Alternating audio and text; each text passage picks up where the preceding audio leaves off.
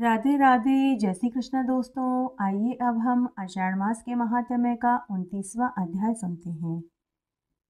एक बार अर्जुन ने नारद मुनि से पूछा कि हे देवऋषि नारद जी, ऐतरेय किसके पुत्र थे? उनका निवास स्थान कहाँ था? परम बुद्धिमान ऐतरेय ने किस प्रकार भगवान वासुदेव के प्रसाद से सिद्धि प्राप्त करी? यह सारा महात्म्य मैं आपके मुखारबिंद से सुनना चाहता हूँ। तब नारद मुनि अर्जुन से बोले कि हे कुंती नंदन अर्जुन, यही मेरे द्वारा स्थापित स्थान में जो हारित मुनि रहते थे, उन्हीं के वंश में एक श्रेष्ठ ब्राह्मण उत्पन्न हुए जो मांडूकी नाम से विख्यात थे। वे वेद वेदांगों के पारंगत पंडित थे। उनके इतरा नाम वाली पत्नी थी जो नारी के समस्त सद्गुणों से सुशोभित थी। उसके गर्भ से जो पुत्र पैदा हुआ उसी का नाम ऐतरेय था। ऐतरेय बाल्य अवस्था से ही निरंतर भगवान विष्णु के द्वादश अक्षर मंत्र ओम नमो भगवते वासुदेव का जाप किया करता था। उसे पूर्व जन्म में ही इस मंत्र की शिक्षा प्राप्त हो चुकी थी। वह न तो किसी की बात सुनता था, न खुद कुछ बोलता था और न ही अध्ययन करता था। इससे सबको निश्चय हो गया कि यह बालक गूंगा है। पिता ने अनेक उपायों से ऐतरेय को समझाया, बोध कराया, परंतु उसने लौकिक व्यवहार में कभी मन नहीं लगाया। यह देख पिता ने निश्चय किया कि यह मेरा पुत्र तो जड़ है। तब उन्होंने पिंगा नाम वाली एक दूसरी स्त्री से विवाह कर लिया। उस स्त्री से उस ब्राह्मण को 4 पुत्र पैदा हुए जो वेद वेदांगों में पारंगत थे। इधर ऐतरेय भी दिन प्रतिदिन तीनों समय भगवान वासुदेव के मंदिर में जाकर भगवान विष्णु के मंत्रों का जाप करने लगा। वे दूसरे किसी कार्य में परिश्रम नहीं करते थे। एक दिन उनकी माता इतरा अपने सोत के पुत्रों की योग्यता देखकर संतप्त चित होकर अपने पुत्र ऐतरेय से बोली कि अरे, तू तो मुझे क्लेश देने के लिए ही पैदा हुआ है। मेरे जन्म और जीवन को धिक्कार है। संसार में उस नारी का जन्म बेकार है जो पति के द्वारा तिरस्कृत हो और जिसका पुत्र गुणहीन हो। हे पुत्र, मैं बड़ी खोटे भाग्य वाली हूँ। मैं मही सागर संगम में डूब कर मरना चाहती हूँ। मेरा मर जाना ही श्रेष्ठ है। जीवित रहने से मुझे क्या लाभ है? मेरे मर जाने पर तू भी भगवान का महामोनी भक्त होकर दीर्घकाल तक आनंद भोगते रहना। नारद मुनि आगे बोले कि माता की बात सुनकर ऐतरेय ठहाका लगाकर हंस पड़ा। वह बड़ा ही धर्मज्ञ था। उन्होंने 2 घड़ी भगवान का ध्यान करके माता के चरणों में प्रणाम करके कहा कि हे माते, तुम झूठे मोह में क्यों पड़ी हो? अज्ञान को ही ज्ञान क्यों मान बैठी हो? हे शुचि स्मृते, जो शोचनीय नहीं है उसी के लिए तुम शोच कर रही हो, और जो वास्तव में शोचनीय है उसके लिए तुम्हारे मन में तनिक भी शोक नहीं। यह संसार मिथ्या है। इसमें तुम इस शरीर के लिए क्यों चिंतित और मोहित हो रही हो? यह तो मूर्खों का काम है। तुम्हारी जैसी विदुषी स्त्रियों को यह शोभा नहीं देता। संसार में सार तत्व तो कुछ और ही है, किंतु अज्ञान से मोहित मनुष्य किसी और ही असार वस्तु को सार समझता है। तुम इस मानव शरीर को यदि सार मानती हो तो लो, इसकी भी असारता तुम मुझसे सुनो। यह जो मानव शरीर है, यह गर्भ से लेकर मृत्यु पर्यंत तक सदा कष्टप्रद है। यह शरीर एक प्रकार का घर है, हड्डियों का समूह है। इसके भार को संभालने वाला खड्डा है। नाड़ी जाल रूपी रस्सियों से ये बंधा हुआ है। रक्त और मांस रूपी मिट्टी से इसको लिपा गया है। विष्ठा और मल मूत्र रूपी द्रव्यों के संग्रह का यह एक पात्र है। केश और रोम रूपी तृण से इसको बनाया गया है। सुंदर रंग की त्वचा से इसके ऊपर रंग किया गया है। मुख ही इसका प्रधान द्वार है। 2 आंख, 2 कान, 2 नाक के छिद्र हैं। यही 6 इसकी खिड़कियां हैं। दोनों ओष्ठ ही इसके द्वार को ढकने वाले किवाड़ हैं। दांत ही अर्गला है। नाड़ी और पसीने ही नाली और जल प्रवाह है। ये सदा काल की मुखाग्नि में स्थित है। ऐसे इस दह रूपी गह में जीवन नाम वाला गृहस्थ निवास करता है। इस घर में त्रिगुण में प्रकृति ही इसकी पत्नी है। क्रोध, अहंकार, काम, ईर्ष्या, लोभ आदि इसके गृहस्थ की संतान है। हाय, कितने कष्ट की बात है। जीव इस दह गह की मोहमाया से मूढ़ होकर बर्ताव करता है। उसका जिस जिस विषय में जैसे मोह होता है यह सब बताता है। सुनो हे माँ, जैसे पर्वत से झरने गिरते रहते हैं, उसी प्रकार शरीर से भी कफ और मूत्र बहते रहता है। उसी दह के लिए जीव क्यों मोहित होता है। विष्टामूत्र से भरे हुए चर्म पात्र की भांति यह शरीर समस्त अपवित्र वस्तुओं का भंडार गृह है। इसका एक प्रदेश, एक अंश भी पवित्र नहीं। अपने शरीर से निकले हुए मलमूत्र आदि के जो प्रवाह हैं, उनका स्पर्श हो जाने पर मिट्टी और जल से हाथ धोने पड़ते हैं। उन्हीं अपवित्र वस्तुओं के भंडार रूपी इस दह से न जाने क्यों मनुष्य वैराग्य नहीं करता। सुगंधित तेल, जल आदि के द्वारा यत्न पूर्वक भली भांति सफाई करने पर भी यह शरीर स्वाभाविक अपवित्रता को ही प्राप्त होता है। जैसे कुत्ते की टेढ़ी पूंछ को कितना ही सीधा किया जाए, वह टेढ़ापन नहीं छोड़ता। अपनी दह की अपवित्र गंध से जो मनुष्य विरक्त नहीं होता, उसे वैराग्य के लिए अन्य किसी साधन का उपदेश दिया जाए। दुर्गंध मलमूत्र के लेप को दूर करने के लिए ही शारीरिक शुद्धि का विधान बताया गया है। गंध लेप का निवारण हो जाने के पश्चात आंतरिक भाव की शुद्धि होने से मनुष्य शुद्ध होता है। भाव शुद्धि ही सबसे बहुकर पवित्रता है। यही सब कर्मों में प्रमाण स्वरूप है। आलिंगन पत्नी का भी किया जाता है और पुत्री का भी, परंतु दोनों में भाव का अंतर है। प्यारी पत्नी का आलिंगन किसी और भाव से किया जाता है और पुत्री का आलिंगन अन्य भाव से किया जाता है। एक ही स्त्री के स्तन को पुत्र दूसरे भाव से स्मरण करता है तो पति दूसरे भाव से। अतः अपने चित्त को ही शुद्ध करना चाहिए। बाह्य शुद्धि के दूसरे दूसरे साधनों से क्या लेना देना है। भाव दृष्टि से जिसका अंतःकरण शुद्ध है, वह स्वर्ग और मोक्ष को प्राप्त कर लेता है। ज्ञान रूपी निर्मल जल और वैराग्य रूपी मृतिका से ही पुरुष की अविद्या एवं राग में मलमूत्र के लेप दुर्गंध का शोधन होता है। इस प्रकार इस शरीर को अशुद्ध बताया गया है। जैसे केले के पेड़ में केवल वलकल ही सार है, उसी प्रकार इस दह में केवल त्वचा मात्र सार है। वास्तव में तो यह सर्वदा निसार है। जो बुद्धिमान अपने शरीर को इस प्रकार दोष युक्त जानकर उदासीन हो जाता है, उसकी ओर से अनुराग शीतल कर देता है, वही इस संसार बंधन से छूटकर निकल पाता है। किंतु जो दृढ़ता पूर्वक इस शरीर को पकड़े हुए रहता है, इसका मोह नहीं छोड़ता, वह संसार में ही पड़ा रह जाता है। इस प्रकार यह मानव जन्म लोगों के अज्ञान दोष से तथा अनेक कर्म वशात दुखमय स्वरूप और महान कष्टप्रद बताया गया है। जैसे बड़े भारी पर्वत से दबा हुआ कोई प्राणी बड़े कष्ट से पीड़ित होता है, उसी प्रकार गर्भ की झिल्लियों में बंधा हुआ मनुष्य कष्ट को पाता है। जैसे समुद्र में गिरा हुआ कोई मनुष्य अत्यंत व्याकुल होकर बड़े भारी दुख से घिर जाता है, उसी प्रकार गर्भगत जल से भीगे हुए अंगों वाला गर्भस्थ शिशु अत्यंत व्याकुल होता है। जैसे किसी को लोहे के घड़े में रख कर आग से पकाया जाता है, वैसे ही गर्भ रूपी घट में डाला हुआ जीव जठरानल की आंच से पकता रहता है।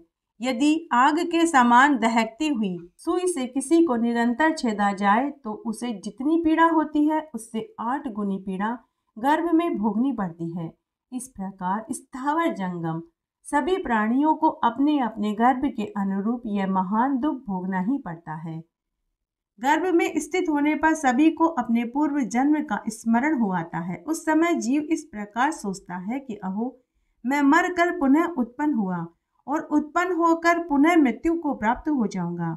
जन्म से लेकर मैंने सहस्त्रों योनियों का दर्शन किया। इस समय जन्म धारण करके ही मेरे पूर्व संस्कार जाग उठे। अतः अब मैं ऐसे कल्याणकारी साधन का अनुष्ठान करूंगा जिससे कि पुनः मेरा गर्भवास न हो।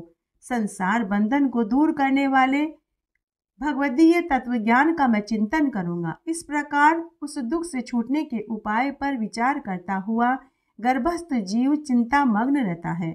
जब उसका जन्म होने लगता है, उस समय तो उसे गर्भ की अपेक्षा भी कोटि गुना अधिक दुख होता है। गर्भवास के समय जो सद्बुद्धि उसे जागृत हुई थी, वह जन्म हो जाने के बाद नष्ट हो जाती है। बाहर की हवा लगते ही वह मूढ़ता को प्राप्त हो जाता है। मोहग्रस्त होने पर शीघ्र ही उसकी स्मरण शक्ति भी खत्म हो जाती है। स्मरण शक्ति नष्ट होने पर पूर्व कर्मवशात जीव का पुनः उसी जन्म में अनुराग हो जाता है। इस प्रकार राग और मोह के वशीभूत हुआ वह संसार में न करने योग्य पाप कर्मों में लग जाता है। उनमें फंसकर न तो वह अपने आप को जान पाता है, न दूसरों को जान पाता है और न किसी देवता को ही समझ पाता है। अपने परम कल्याण की बात नहीं सुनता, आंख रहते हुए भी नहीं देख पाता। समतल मार्ग पर धीरे धीरे चलते हुए भी वह पग पग पर लड़खड़ाता रहता है। विद्वानों के समझाने पर भी, बुद्धि रहते हुए भी वह नहीं समझ पाता। इसीलिए राग और मोह के वशीभूत होकर संसार में क्लेश उठाता रहता है। जन्म लेने पर गर्भकाल में जागृत हुई पूर्व जन्म की स्मृति और गर्भ के दुखों की स्मृति नहीं रहती। इसीलिए महर्षियों ने गर्भ दुख का निरूपण करने के लिए शास्त्रों का प्रतिपादन किया है। वे शास्त्र स्वर्ग और मोक्ष के उत्तम साधन हैं। सब कार्यों और प्रयोजनों को सिद्ध करने वाले उस शस्त्र ज्ञान से रहते हुए भी लोग उससे अपने कल्याण का साधन नहीं ढूंढ पाते। मैत्रेय अपनी माता से आगे बोले कि हे माता, बाल्य अवस्था में इंद्रियों की वृत्तियां अव्यक्त रहती है, इसीलिए जीव उस समय के महान दुख को बताने की इच्छा होने पर भी नहीं बता पाता और न उस दुख के निवारण के लिए वह कुछ कर ही पाता है। फिर जब दांत उठने लगते हैं तब उसे महान कष्ट भोगना पड़ता है। सिर दर्द, अनेक प्रकार के बाल रोग, पूतना आदि, बाल ग्रह आदि से भी बालक को बड़ी पीड़ा होती है। भूख प्यास की पीड़ा से उसके सब अंग व्याकुल होने लगते हैं तथा वह कहीं खाट आदि पर पड़ा हुआ रोता है। इसके बाद जब वह कुछ बड़ा होता है तब अक्षरों के अध्ययन आदि से और गुरु के शासन से उसे महान दुख भोगना पड़ता है। युवा अवस्था में रागो उन्मुक्त पुरुष की संपूर्ण इंद्रियां, वृत्तियां काम राग की पीड़ा से सदा मतवाली हो जाती है, अतः उसे भी कहाँ सुख प्राप्त होता है। मोहवश पुरुष को यदि कहीं अनुराग हो जाता है तो ईर्ष्या के कारण उसे भारी पीड़ा उठानी पड़ती है। जो उन्मुक्त और क्रोधी है उसका कहीं भी राग होना केवल दुख का ही कारण होता है। रात में कामाग्नि जनित खेद से पुरुष को नींद नहीं आती। दिन में द्रव्य उपार्जन की चिंता लगी रहने के कारण उसे सुख नहीं मिलता। स्त्रियां सब दोषों का आश्रय है। यह बात भली बाती जान लेने पर भी लोग उनसे मैथुन से सुख मानते हैं। उनका वह सुख मलमूत्र त्याग के सदृश ही माना गया है। सम्मान अपमान, प्रियजनों का संयोग वियोग जवानी वृद्धावस्था से ग्रस्त है। निर्विघ्न सुख कहाँ है। युवा अवस्था शरीर एक दिन जड़ा अवस्था में जर्जर कर दिया जाने पर संपूर्ण कार्यों के लिए असमर्थ हो जाता है। उसके बदन में झुर्रियां पड़ जाती है, बाल सफेद हो जाते हैं, शरीर ढीला हो जाता है। स्त्री और पुरुष का वही रूप जो जवानी के दिनों में एक दूसरे का आधार था, जराग्रस्त हो जाने पर दोनों में से किसी को भी प्रिय नहीं लगता। बुढ़ापे से दबा हुआ पुरुष असमर्थ होने के कारण पत्नी, पुत्र, बंधु बांधुओं तथा दुराचारी सेवकों द्वारा भी अपमानित होता रहता है। वृद्धावस्था में रोगातुर पुरुष धर्म, अर्थ, काम, मोक्ष का साधन करने में असमर्थ हो जाता है। इसलिए युवा अवस्था ही धर्म का आचरण करने योग्य है। वात, चित्त, कफ की विषमता ही व्याधि कहलाती है। इस शरीर को वात आदि का समूह बताया गया है, इसीलिए अपना यह शरीर व्याधि में है ऐसा जानना चाहिए। इस शरीर में अनेक प्रकार के रोगों द्वारा बहुत दुख भोगने पड़ते हैं। उनका पता अपने आप को भी नहीं लगता, फिर दूसरों को तो लग ही कैसे सकता है। इस देह में 101 व्याधियां हैं। इनमें से एक व्याधि तो काल के साथ रहती है और शेष आगंतुक मानी गई है। जो आगंतुक बताई गई है वे तो दवा करने से तथा जप, होम और दान करने से शांत हो जाती है, परंतु मृत्यु रूप व्याधि कभी शांत नहीं होती। अनेक प्रकार की व्याधियां, सर्प आदि प्राणी, विष, अभिचार, ये सब देहधारियों की मृत्यु के द्वार बताए गए हैं। यदि जीव का काल आ पहुँचे तो सर्प और रोग आदि से पीड़ित होने पर भी उसे धन भी जीवित नहीं कर सकता। काल से पीड़ित मनुष्य को औषध, तपस्या, दान, मित्र, बंधु बांधव कोई भी नहीं बचा सकता। रसायन, तपस्या, जप, योग, सिद्ध महात्मा, पंडित ये सब मिलकर भी काल जनित मृत्यु को नहीं टाल सकते। समस्त प्राणियों के लिए मृत्यु के समान कोई दुख नहीं। मृत्यु के समान कोई भय नहीं, मृत्यु के समान कोई त्रास नहीं। सती, भार्या, उत्तम पुत्र, श्रेष्ठ मित्र, राज्य, ऐश्वर्य, सुख, ये सभी स्नेह पाश में बंधे हुए हैं। मृत्यु इन सब का उच्छेद कर देती है। हे माँ, क्या तुम नहीं देखती कि हजारों मनुष्यों में से 5 भी शायद ऐसे ही होंगे जो 100 बरस तक जीवित रहते हैं। कोई ही 80 बरस तक जीवित रहता है, कोई कोई 70 वर्ष की अवस्था में मर जाते हैं। प्राय 60 वर्ष की अवस्था में ही लोगों का राम राम हो जाता है, किंतु वह भी सबके लिए निश्चित नहीं। जिस देहधारी को अपने पूर्व कर्म अनुसार जितनी आयु प्राप्त होती है, उसका आधा भाग तो मृत्यु रूपिणी रात्रि हर लेती है। बाल्य अवस्था, अबोध अवस्था, वृद्धा अवस्था द्वारा 20 वर्ष व्यतीत हो जाते हैं, जो धर्म, अर्थ, काम किसी के भी उपयोग में नहीं आते। शेष आयु का आधा भाग मनुष्य आने वाले बहुत से भय और अनेक प्रकार के रोग शोक से हर लिया जाता है। इन सब से जो शेष रह जाता है वह मनुष्य का जीवन है। इस जीवन की समाप्ति होने पर मनुष्य अत्यंत भयंकर मृत्यु को प्राप्त हो जाता है। मृत्यु के बाद वह पुनः करोड़ों योनियों में जन्म ग्रहण करता है। कर्मों की गणना के अनुसार देह भेद से जो जीव का एक शरीर से वियोग होता है, इसे मृत्यु नाम दिया गया है। हे माता, वास्तव में उससे जीव का विनाश नहीं होता। मृत्यु के समय महान मोह को प्राप्त हुए जीव के मर्म स्थान जब विदीन होने लगते हैं, उस दशा में उसे बड़ा भारी कष्ट भोगना पड़ता है। उसकी इस संसार में कहीं उपमा नहीं। जैसे सांप मेंढक को निगल जाता है, उसी प्रकार मृत्यु जब मनुष्य को निगलने लगती है, उस समय वह हाँ तात, हाँ तात, हाँ कांते इत्यादि रूप से पुकारता हुआ दुखी होकर रोता है। भाई बंधुओं से साथ छूट जाता है।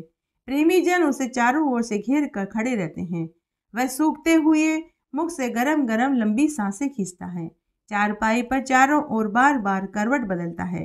पीड़ा से मोहित होकर बड़े वेग से इधर उधर हाथ पैर पटकता है। खाट से भूमि और भूमि से खाट पर तथा फिर भूमि पर आना चाहता है। उसके वस्त्र खुल जाते हैं, लज्जा छूट जाती है, विष्ठा और मूत्र में सना रहता है। कंठ, होठ, तालू सूख जाने के कारण बार बार वह पानी मांगता है। अपने धन वैभव के लिए इस बात की चिंता करता है कि मेरे मर जाने पर ये किसके हाथ में आएंगे। पुनः काल पास से खींचे जाने पर उसका गला घुरघुराने लगता है। पार्श्ववर्ती लोगों के देखते देखते वह मृत्यु को प्राप्त हो जाता है। जैसे तृण जलों का जल में बढ़ते हुए तिनके के अंत तक पहुंचकर जब दूसरा तिनका थाम लेती है, वह पहले को छोड़ देती है, उसी प्रकार जीव एक देह से दूसरे देह में क्रमशः इसी प्रकार प्रवेश करता रहता है। भावी शरीर में अंशतः प्रवेश करके पूर्व शरीर का त्याग करता है। विवेकी पुरुष के लिए किसी से कुछ मांगना मृत्यु से अधिक दुखदायी होता है। मृत्यु का दुख तो क्षण भर में समाप्त हो जाता है, परंतु याचना जनित दुख कभी अंत नहीं होता। मैंने तो इस समय यह अनुभव किया है कि मृत मनुष्य जीवित रहकर याचना करने वाले की अपेक्षा श्रेष्ठ है, क्योंकि अब वह फिर किसी दूसरे के सामने हाथ नहीं फैला सकता। तृष्णा ही लघुता का कारण है। आदि में दुख है, मध्य में दुख है तथा अंत में दारुण दुख है। दुखों की यह परंपरा समस्त प्राणियों को स्वभावतः प्राप्त होती है। शुद्धा को सब रोगों से महान रोग कहा गया है। वह अन्न रूपी औषधि का लेप करने से कुशन के लिए शांत हो जाती है। शुद्धा रूपी व्याधि की तीव्र वेदना संपूर्ण बल का उच्छेद करने वाली होती है। जैसे अन्य रोगों से लोग मरते हैं, उसी प्रकार शुद्धा से पीड़ित होने पर भी मनुष्य की मृत्यु हो जाती है। राजा को केवल यह अभिमान ही होता है कि मेरे घर में इतना वैभव शोभा पा रहा है। वास्तव में तो उनका सारा आभरण भार रूप है। समस्त आलेपन, द्रव्य, मल मात्र, संपूर्ण संगीत, राग, प्रलाप मात्र है तथा नृत्य आदि भी पागलों की सी चेष्टा है। विचार दृष्टि से देखने पर इन राज्य भोगों के द्वारा राजाओं को सुख कहाँ मिलता है, क्योंकि वे तो एक दूसरे को जीतने की सदा चिंतित रहते हैं। प्राय राज्य लक्ष्मी के मद से उन्मुक्त होने के कारण नहुष आदि महाराज स्वर्ग का साम्राज्य पाकर भी वहां से नीचे गिर गए थे। राजलक्ष्मी अथवा धन लक्ष्मी, ऐश्वर्य भला कौन सुख भोग पाया है। मनुष्य स्वर्गलोक में जो पुण्य फल भोगते हैं वह अपने मूल धन को गवाकर ही भोगते हैं, क्योंकि वहां वे दूसरा नवीन कर्म नहीं कर सकते। यही स्वर्ग में अत्यंत भयंकर दोष है। जैसे वृक्ष की जड़ काट देने पर विवश होकर पृथ्वी पर गिर पड़ता है, उसी प्रकार पुण्य रूपी मूल का क्षय हो जाने पर स्वर्गवासी जीव पुनः पृथ्वी पर गिर पड़ता है। इस तरह विचार पूर्वक देखा जाए तो स्वर्ग में भी देवताओं को कोई सुख नहीं, नरक में किए गए पापी जीवों का दुख तो प्रसिद्ध है, उनका क्या वर्णन किया जाए। स्थावर योनि में पड़े हुए जीवों को भी बहुत दुख भोगना पड़ता है। दावानल से जलना, पाला पड़ने से गलना, धूप और हवा से सूखना, कुल्हाड़ी से काटा जाना, छिलकों का उतारा जाना, प्रचंड आंधी के वेग से पत्तों, डालियों, फलों का गिराए जाना, हाथियों और अन्य जंगली जंतुओं के द्वारा कुचला जाना आदि अनेक महान दुख हैं। सर्पों और बिच्छुओं को प्यास और भूख का कष्ट होता है, उन्हें क्रोध का भी दारुण दुख सहन करना पड़ता है। संसार में प्राय दुष्ट सांप बिच्छुओं को मारते हैं, उन्हें जाल में फंसाकर बंद रखा जाता है। हे माते, इस प्रकार उस योनि के जीवों को बार बार कष्ट उठाना पड़ता है। कीड़े आदि का अकस्मात जन्म होता है और अचानक ही उनकी मृत्यु हो जाती है, अतः उनका दुख भी कम नहीं है। मृगों और पक्षियों को सर्दी, गर्मी, धूप का महान कष्ट दुख भोगना पड़ता है। भूख प्यास के भारी दुख से मृग सदा संतृप्त रहते हैं। हे माते, पशुओं के जो दुख है तुम उन्हें भी सुनो। भूख प्यास, सर्दी, गर्मी आदि का कष्ट उन्हें सहना पड़ता है। चाबुक और अंकुश की मार भी सहन करनी पड़ती है। इसके अतिरिक्त बोझा ढोना पड़ता है। कार्य की शिक्षा देते समय भी उन्हें मारा पीटा जाता है। फिर युद्ध आदि की पीड़ा भी उन्हें सहन करनी पड़ती है। दुर्भिक्ष, दुर्भाग्य का प्रकोप, मूर्खता, दरिद्रता, नीच ऊंच का भाव, मृत्यु, एक राज्य का नाश करने पर दूसरे राज्य की स्थापना, पारस्परिक अपमान का दुख, आपस में एक दूसरे से धन, वैभव, मान प्रतिष्ठा में बढ़ जाने का कष्ट, अपनी प्रभुता का सदा स्थिर न रहना, ऊंचे चढ़े हुए लोगों का नीचे गिरना आदि इत्यादि महान दुख हैं। जैसे इस कंधे का भार उस कंधे पर कर देने को मनुष्य विश्राम समझता है, उसी प्रकार इस लोक में एक दुख दूसरे दुख से ही शांत होता है। अतः एक दूसरे से ऊंची स्थिति में स्थित हुए संपूर्ण जगत को दुखों से भरा हुआ जानकर उसकी ओर अत्यंत उद्विग्न हो जाना चाहिए। उद्वेग से वैराग्य होता है, वैराग्य से ज्ञान प्रकट होता है तथा ज्ञान से परमात्मा विष्णु को जानकर मनुष्य मोक्ष को प्राप्त कर लेता है। हे माते, जैसे कौओं के अपवित्र स्थान में विशुद्ध राजहंस नहीं रह सकता, उसी प्रकार ऐसे दुख में संसार में तो कभी रम नहीं सकता। हे माते, जहाँ रहकर मैं बिना किसी विघ्न बाधा के आनंद पूर्वक रह सकता हूँ, वह स्थान मुझे बताओ। जहाँ रहकर मैं बिना किसी विघ्न बाधा के आनंद पूर्वक रह सकता हूँ, वह स्थान मैं बताता हूँ। सुनो, अविद्या रूपी वन तो बड़ा भयंकर है, उसमें अनेक प्रकार के कर्म में बड़े बड़े वृक्ष खड़े हैं। वहाँ संकल्पों के डांस, मच्छर बहुत हैं। शोक और हर्ष ही वहाँ की सर्दी और धूप है। उस वन में मोह का घना अंधकार छाया रहता है। लोभ रूपी सांप और बिच्छू रहते हैं। विषयों के अनेक मार्गों से वह प्रदेश व्याप्त है। काम और क्रोध रूपी बधिक लुटेरे उसमें सदा डेरा डाले रहते हैं। उस महादुख में विशाल वन को लांघ कर अब मैं एक ऐसी महान विपिन में प्रवेश कर चुका हूँ, जहाँ पहुंचकर उसके तत्व को जानने वाले ज्ञानी पुरुष न शोक करते हैं न हर्ष करते हैं। वहाँ किसी से भय नहीं, किसी को भी भय नहीं। उस विद्या रूपी वन में 7 बड़े भारी वृक्ष हैं। वहाँ 7 ही पर्वत हैं, जिन्होंने तीनों लोकों को धारण कर रखा है। 7 ही वहाँ कुंड हैं और 7 ही नदियाँ हैं, जो सदा ब्रह्म रूपी जल बहाया करती है। एक ही गुरु है, उनके सिवा दूसरा और कोई गुरु नहीं। जो हृदय में विराजमान है वे ही गुरु हैं। उन्हीं को मैं प्रणाम करता हूँ। उन्हीं गुरु स्वरूप भगवान मुकुंद की अवहेलना करके संपूर्ण दानव पराभव को प्राप्त हुए हैं। एक ही बंधु है, उसके सिवा दूसरा बंधु नहीं। जो हृदय में विराजमान है वह परमात्मा ही बंधु है। मैं उन्हें बारंबार नमस्कार करता हूँ। उसी से शिक्षा प्राप्त करके 7 बंधुमान भाई सप्त ऋषि आकाश में प्रकाशित हो रहे हैं। ऐसे ही ब्रह्मचारी का भली भांति सेवन करता हूँ। अब मेरा गृहस्थ कैसा है यह भी सुनो। हे माते, प्रकृति ही मेरी पत्नी है, किंतु मैं कभी उसका चिंतन नहीं करता। वही सदा मेरा चिंतन किया करती है। वह मेरे सब प्रयोजनों को सिद्ध करने वाली है। नासिका, जीवा, नेत्र, त्वचा, कान, मन, बुद्धि, यह 7 प्रकार की अग्नि सदा मेरी अग्निशाला में प्रज्वलित होती रहती है। गंध, रस, रूप, शब्द, स्पर्श, मंतव्य, बोधव्य, यही 7 मेरी समिधाएं हैं। होता भी नारायण है और ध्यान से साक्षात नारायण ही उपस्थित हो, उस हविष्यान्न का मैं उपयोग करता हूँ। ऐसे यज्ञ द्वारा मैं अपनी इस गृहस्थी में उन परमेश्वर विष्णु का यजन करता हूँ। किसी की वस्तु की कामना नहीं रखता, तथापि मेरे संपूर्ण काम स्वतः सिद्ध हो जाते हैं। सांसारिक संपूर्ण दोषों से द्वेष नहीं करता, तथापि कोई भी दोष मुझ में प्रकट नहीं होता।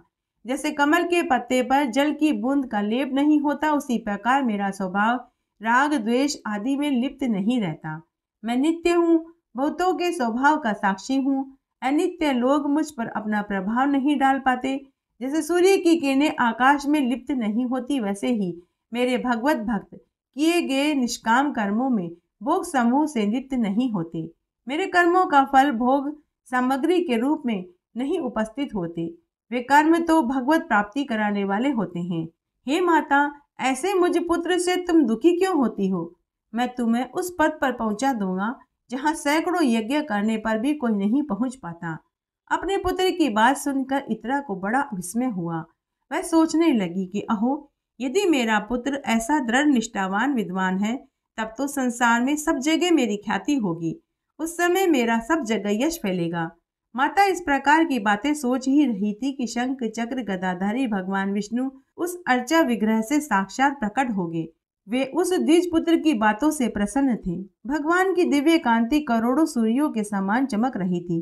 वे अपने प्रभा से संपूर्ण जगत को प्रकाशित कर रहे थे। भगवान को देखते ही ऐत्रेय धरती पर दंड की भांति गिर पड़ा। उसके शरीर में रोमांच उत्पन्न हो चुका था। नेत्रों से आंसू बह रहे थे। वाणी गदगद हो चली थी। बुद्धिमान ऐत्रेय ने मस्तक पर अंजलि बांधकर भगवान की इस प्रकार स्तुति करी। लप्सी और तपसी की कहानी। सभी कथा कहानियों के साथ में लप्सी और तपसी की कथा नहीं सुनी जाती है तो व्रत का पूरा फल प्राप्त नहीं होता। आइए लप्सी और तपसी की कथा का श्रवण करते हैं। एक बार एक लप्सी और एक तपसी था। दोनों गहरे मित्र थे। तपसी तो सदा भगवान की सेवा पूजा करता और मंत्रों को बोलता और रोज तपस्या करता था, जबकि लप्सी को पूजा पाठ करना नहीं आता था, तो वह रोज सवा सेर की लापसी बनाता, भगवान को भोग लगाता, घंटी बजाता और चादर तान कर सो जाता। तब एक दिन दोनों दोस्तों में इस बात की लड़ाई छिड़ गई कि कौन भगवान का सच्चा भक्त है। तपसी ने कहा कि मैं भगवान का सच्चा भक्त हूँ, तो लप्सी कहने लगा कि नहीं, भगवान का सबसे बड़ा भक्त तो मैं हूँ। तब तपसी बोला कि तुम भगवान के सबसे बड़े भक्त कैसे हो सकते हो? न तो तुम्हें मंत्रों का जाप करना आता है, नहीं तुम्हें पूजा करनी आती है। मैं भगवान की रोज तपस्या करता हूँ, घंटों बैठकर भगवान के भजन गाता हूँ, घंटों बैठकर भगवान के मंत्रों का जाप करता हूँ, इसलिए भगवान का सच्चा भक्त तो मैं ही हूँ। तुम क्या करते हो? तुम तो सवा सेर की लापसी बनाकर भगवान को भोग लगाते हो और खुद जीव लेते हो और चादर तान कर सो जाते हो। इस तरह दोनों में लड़ाई छिड़ गई। उसी समय नारद मुनि मृत्युलोक का भ्रमण करते करते वहां पहुंचे। उन्होंने तपसी और लप्सी को आपस में लड़ते हुए देखा, तो उन्होंने उनसे उनके लड़ने का कारण पूछा। तब दोनों ने नारद मुनि को प्रणाम किया और अपनी अपनी समस्या बताई। दोनों ने कहा कि हे देवऋषि नारद जी, अब आप ही बताइए कि हम दोनों में से कौन भगवान का सच्चा भक्त है। लप्सी और तपसी की बात सुनकर नारद मुनि कुछ देर सोच में पड़ गए। फिर उन्होंने कहा कि मैं तुम दोनों की लड़ाई का फैसला कल करूंगा। लप्सी और तपसी को नारद मुनि के ऊपर पूरा विश्वास था कि नारद मुनि जो फैसला करेंगे वह सत्य ही करेंगे। इस तरह लप्सी और तपसी अपने अपने घर चले गए। दूसरे दिन जब तपसी सुबह सुबह नदी पर स्नान करने के लिए जाने लगा, तो नारद मुनि ने उसके रास्ते में 1.25 करोड़ की अंगूठी गिरा दी। अंगूठी देखकर तपसी के मन में लालच आ गया। उसने अंगूठी उठाई और मन ही मन सोचने लगा कि यह अंगूठी तो बड़ी कीमती लग रही है। अगर मैं इस अंगूठी को बेच दूंगा तो मुझे बहुत सा धन मिलेगा और उस धन से मैं खूब बड़े बड़े यज्ञ हवन करूंगा, भगवान के मंदिर बनवाऊंगा और भंडारा करूंगा और फिर मैं अपने आप को भगवान का सबसे बड़ा भक्त सिद्ध कर दूंगा। बस इसी लालच के कारण उसने अंगूठी उठाकर अपने पास रख ली और फिर नहा धोकर तपस्या करने बैठा तो अंगूठी को अपने पैर के नीचे दबा लिया। उधर लपसी ने रोज की तरह सवासेर की लापसी बनाई और वह भगवान को भोग लगाने के लिए मंदिर जाने लगा। तब नारद मुनि ने लपसी के सामने भी 1.25 करोड़ की अंगूठी गिरा दी। जब लपसी ने अंगूठी देखी तो वह मन ही मन सोचने लगा कि जिसकी भी यह अंगूठी होगी उस बेचारे को तो बहुत दुख हो रहा होगा। उसने वह अंगूठी उठा ली, यह सोचकर कि भगवान के मंदिर में भगवान के चरणों में रख दूंगा। जिसकी भी अंगूठी होगी वह मंदिर में भगवान से प्रार्थना करने तो जरूर जाएगा और जब उसे वहां खुद की अंगूठी मिलेगी तो वह अंगूठी पाकर खुश हो जाएगा। ऐसा सोचकर लपसी ने अंगूठी उठा ली। अंगूठी लेकर वह मंदिर में आया और फिर उसने उस अंगूठी को भगवान के चरणों में रख दिया। उसके बाद उसने भगवान को भोग लगाया। वहां खड़े सभी लोगों को भोग का प्रसाद बांट दिया और बचा हुआ भोग उसने खुद खा लिया और चादर ओढ़कर सो गया। उसके बाद शाम को लपसी और तपसी पुनः मिले। तभी नारद मुनि वहां आ गए। नारद मुनि को आया हुआ देख कर लपसी और तपसी उनके पास गए और उन्हें प्रणाम करके पूछने लगे कि हे देवऋषि नारद जी, अब आप बताइए हम दोनों में से कौन सबसे बड़ा भगवान का सच्चा भक्त है। तब नारद मुनि बोले कि तुम दोनों में से लपसी भगवान का सबसे बड़ा भक्त है। यह सुनकर तपसी नारद मुनि से बोला कि हे देवऋषि नारद जी, आपने किस आधार पर लपसी को भगवान का सबसे बड़ा भक्त कहा है, जबकि इसे तो कोई पूजा पाठ करनी भी नहीं आती, नहीं इसे मंत्रों का जाप करना आता है, केवल सवासेर की लापसी बनाकर भगवान को भोग लगाता है और बाद में खुद जीव लेता है। तब नारद मुनि बोले कि सुबह मैंने तुम दोनों के रास्ते में 1.25 करोड़ की अंगूठी गिराई थी।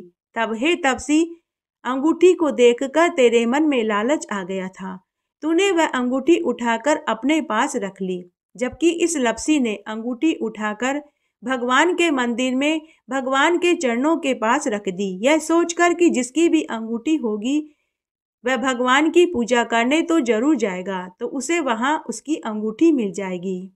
नारद मुनि की बात सुनकर तपसी को बहुत दुख हुआ। वह अपनी भूल पर पछतावा करने लगा। तब वह नारद मुनि के चरणों में गिर पड़ा और रोने लगा और कहने लगा कि हे देवऋषि नारद जी, मुझ पर कृपा करिए, मुझे अपनी गलती का एहसास हो चुका है। अब आप मुझे बताइए, मुझे मेरी तपस्या का फल कैसे मिलेगा। नारद मुनि को तपसी के ऊपर दया आ गई। नारद मुनि बोले कि जो कोई भी सभी व्रतों में सभी कथा कहानियों को सुनने के बाद लपसी और तपसी की कथा नहीं सुनेंगे तो उनके व्रत का फल तुझे मिलेगा। ब्राह्मण जिमाकर के दक्षिणा नहीं दी तो फल तुझे मिलेगा। बहन बेटियों को साड़ी देकर ब्लाउज नहीं दिया तो फल तुझे मिलेगा। जो कोई भी अपने घर में गाय और कुत्ते की रोटी नहीं निकालेंगे तो उनकी पूजा पाठ का सारा फल तुझे मिलेगा। दीपक से दीपक जलाया तो फल तुझे मिलेगा। महिलाएं अगर सीधे हाथ की तरफ नाड़ा बांधेंगी तो फल तुझे मिलेगा। मकान बनाकर के थली नहीं बनाई तो फल तुझे मिलेगा। कार्तिक मास, वैशाख मास, पुरुषोत्तम मास, माघ मास और सभी एकादशी और चतुर्थी व्रत में सभी कथा कहानियों के साथ में लपसी और तपसी की कहानी नहीं सुनेंगे तो उनके व्रतों का फल तुझे मिलेगा। इस तरह आज हमने आषाढ़ मास का यह महात्म्य सुना। आशा करती हूँ आपको इस अध्याय को सुनने का पूरा लाभ मिलेगा। मेरे साथ बने रहने के लिए आपका धन्यवाद। आगे आने वाली कथा कहानी के लिए भी आप इसी तरह मेरे साथ बने रहें। धन्यवाद।